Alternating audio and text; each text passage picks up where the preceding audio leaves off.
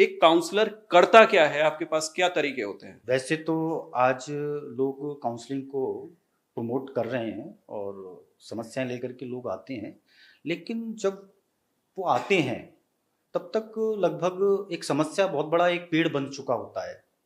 जैसे कि शादी के शुरुआती दिनों में अगर कोई समस्या आ रही है तो वो सबसे सही समय होता है काउंसलिंग का। लेकिन आज ज़्यादातर लोग तलाक जैसी स्थिति होती है तब वो काउंसलिंग के लिए आ रहे हैं। अब बात ये आती है कि हम किस तरीके से एक काउंसलर समस्या को सुलझाता है। तो इसमें सबसे पहला स्किल जो होता है कि सुनना।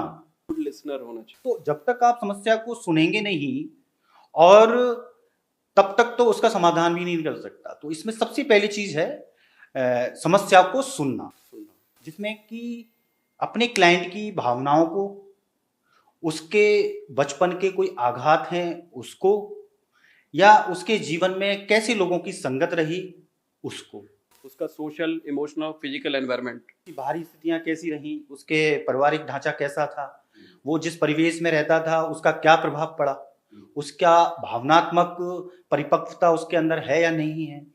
ये चीजें जो हैं वो लगातार आप जब समस्याओं के साथ काम करते हैं या आपने कोई ऐसी एजुकेशन ले रखी है जैसे कि साइकोलॉजी विषय अगर आपने पढ़ा है, क्योंकि साइकोलॉजी विषय एक ऐसा है जिसमें आप व्यवहार को समझना सीखते हैं, इमोशंस को जानना समझते हैं और उनका प्रबंधन।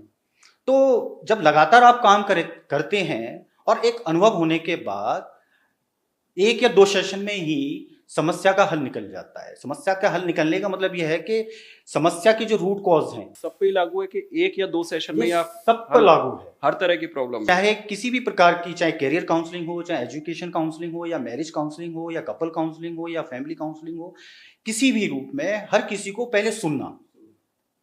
अगर मैं वेस्टर्न साइकोलॉजी की बात करूं तो वहां पर सीबीटी एक थेरेपी है। सीबीटी जी, इंडिया के अंदर इसका सबसे ज्यादा इस्तेमाल किया जाता है, क्योंकि वेस्टर्न साइकोलॉजी और इंडियन साइकोलॉजी में एक बहुत बड़ा फर्क है। काउंसलर्स हैं या साइकोलॉजिस्ट हैं, वो वेस्टर्न साइकोलॉजी पढ़ करके इंडियंस के साथ डील कर रहे हैं। अच्छा, क्योंकि वेस्टर्न साइकोलॉजी और इंडियन साइकोलॉजी में एक बहुत बड़ा अंतर है। अच्छा। जैसे कि वेस्टर्न साइकोलॉजी जो है वो सेल्फ ईगो पर काम करती है, सेल्फ ईगो जी। और इंडियन ह्यूमन साइकोलॉजी की अगर मैं बात करूं तो इसमें तीन चीजें आती हैं: शरीर, मन, आत्मा और समाज। ये सब चीजों को जोड़ करके चलने वाली इंटीग्रेटेड अप्रोच है एक तरह का। इसको समझना इसलिए जरूरी है कि हमारे जो संस्कार हैं वो हमें हमारे जन्म से ही मिलते हैं। अगर हम वेस्टर्न साइकोलॉजी का इस्तेमाल करेंगे तो वो वहां पर फिट नहीं बैठती, खास करके समस्याओं के समाधान, जिसमें एक बच्चे का या एक छात्र का या किशोरावस्था का जो विकास है, खास करके मानसिक विकास, जो हमारी संस्कृति, जो जिसे हम सनातन संस्कृति कहते हैं, जो एक जीवन शैली पे आधारित है, उस पे आधारित होता है। तो कहने का मतलब ये है कि ये थोड़ा सा दुर्भाग्यपूर्ण है कि हमारे देश में जो काउंसलर्स हैं या जो साइकोलॉजिस्ट हैं वो इंडियन ह्यूमन साइकोलॉजी को नहीं समझ पा रहे हैं या उनको नहीं पढ़ाया गया, क्योंकि इस विषय पर इंडिया के अंदर अभी तक ना तो कोई शोध हुए हैं। क्योंकि वेस्टर्न थिंकर्स की जो साइकोलॉजिकल डेफिनेशंस हैं, उनकी जो थ्योरी है वही पढ़ाई जा रही है। जी बिल्कुल। अच्छा, इंडियन ह्यूमन साइकोलॉजी के बारे में मैं काफ़ी छात्रों के साथ उठता हूँ, बैठता हूँ, सेशंस होते हैं, इंटर्नशिप प्रोग्राम होते हैं। हमारा 6 महीने का जो एक इंटर्नशिप प्रोग्राम है उसमें हमने इंडियन ह्यूमन साइकोलॉजी को रखा है, क्योंकि कहीं ना कहीं से तो उनको इसको सीखना ही पड़ेगा, नहीं तो वो इंडियंस के साथ डील नहीं कर पाएंगे। अगर मैं वेस्टर्न साइकोलॉजी के हिसाब से अगर आप किसी को डील करते हैं तो वहां पर खुशी को आधार माना गया है, व्यक्तिगत खुशी को। तो वहां पर समाज से जुड़ने का या अपने परिवार के प्रति जो दायित्व हैं वो, और देश के प्रति जो संस्कार या मनोभावना होनी चाहिए वो जागृत नहीं होगी, सेल्फ हैप्पीनेस। तो इसलिए ये जरूरी है कि हमारे जो साइकोलॉजी के स्टूडेंट हैं उनको इंडियन ह्यूमन साइकोलॉजी के बारे में भी जानना चाहिए और उसको अपने विषय में शामिल करना चाहिए। एक अच्छे काउंसलर के क्या गुण होने चाहिए?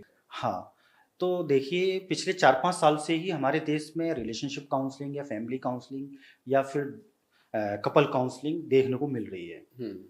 तो हम अंदाजा कैसे लगाएं कि एक सफल या एक सक्सेस या एक अच्छा काउंसलर आपको कैसे मिले, क्योंकि काउंसलिंग के बारे में लोग अभी अवेयर नहीं है।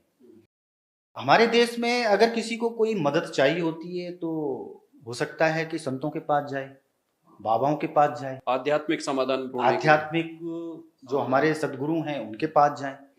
अभी शायद 2 साल पहले इन्होंने साइकोलॉजी एसोसिएशन जो है उन्होंने अभी साइकोलॉजी काउंसलिंग को रखा है पहली बार।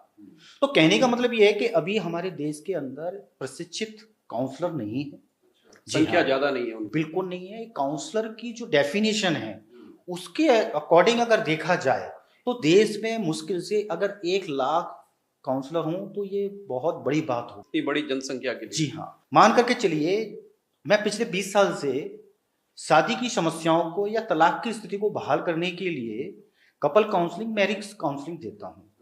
जब 20 साल पहले की बात करूँ तो मुझे नहीं पता था कि शायद मैं कोई मैरिज काउंसलिंग दे रहा हूँ।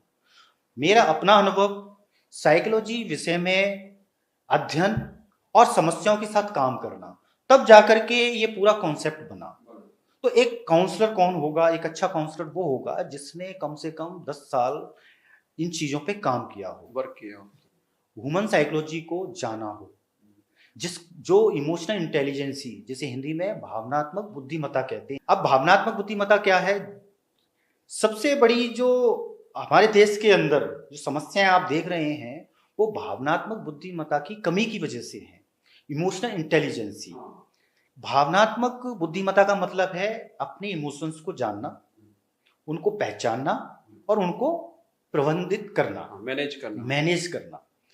अगर किसी काउंसलर के पास इमोशनल इंटेलिजेंसी है तो वो उस पीड़ित के साथ या किसी विवादित व्यक्ति के साथ या किसी छात्र के साथ या किसी किशोर के साथ बहुत अच्छा उसका मार्गदर्शन कर सकता है। क्योंकि जो इमोशनल इंटेलिजेंस होते हैं वो अपनी भावनाओं को तो समझते हैं, वो दूसरों की भावनाओं को भी उसकी जड़ों तक पहुंच करके समझते हैं और उनको मैनेज करने में उनकी मदद करते हैं। तो इमोशनल इंटेलिजेंसी एक एजुकेशन है। हमने इस पे पिछले कई सालों से इसकी अवेयरनेस पे काम किया और अभी शायद हमारे राजस्थान में हमारे सीएम साहब हैं, उन्होंने इसको एक मैंडेटरी एजुकेशन में शामिल किया है। हमारा एक प्रोग्राम भी है जिसमें कि बच्चों के अंदर भावनात्मक बुद्धिमत्ता कैसे विकसित की जाए ताकि बचपन से ही वो रिश्ते और परिवार और खुद की भावनाओं को समझ पाएं।